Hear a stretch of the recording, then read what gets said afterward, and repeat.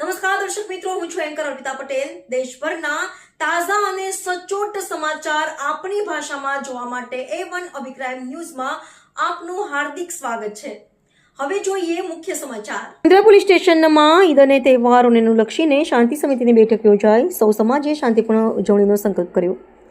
આવનારી રમજાન ઈદ તેમજ અન્ય તહેવારોને અનુલક્ષીને મુન્દ્રા સિટી પોલીસ સ્ટેશન ખાતે પીએસઆઈ શ્રી એસ રાણા સાહેબની અધ્યક્ષતામાં શાંતિ સમિતિની મહત્વપૂર્ણ બેઠક યોજાઈ હતી. આ બેઠક દરમિયાન પીઆઈ શ્રી રાણા સાહેબે જણાવ્યું હતું કે તહેવારો દરમિયાન પોલીસ દ્વારા કડક પેટ્રોલિંગ અને પૂરતો બંદોબસ્ત ગોઠવવામાં આવશે. સાથે સાથે તેમણે તમામ સમાજોને અપીલ કરી હતી કે કાયદો અને વ્યવસ્થા જળવાઈ રહે તે માટે પોલીસે સંપૂર્ણ સહયોગ આપે. તેમણે ખાસ કરીને સોશિયલ મીડિયા પર ફેલાતી અફવાઓ અંગે ચેતવણી આપતા જણાવ્યું કે કોઈ પણ પ્રકારની અફવા પર વિશ્વાસ ન રાખવો અને આવી માહિતી મળે તો તરત જ પોલીસને જાણ કરવી.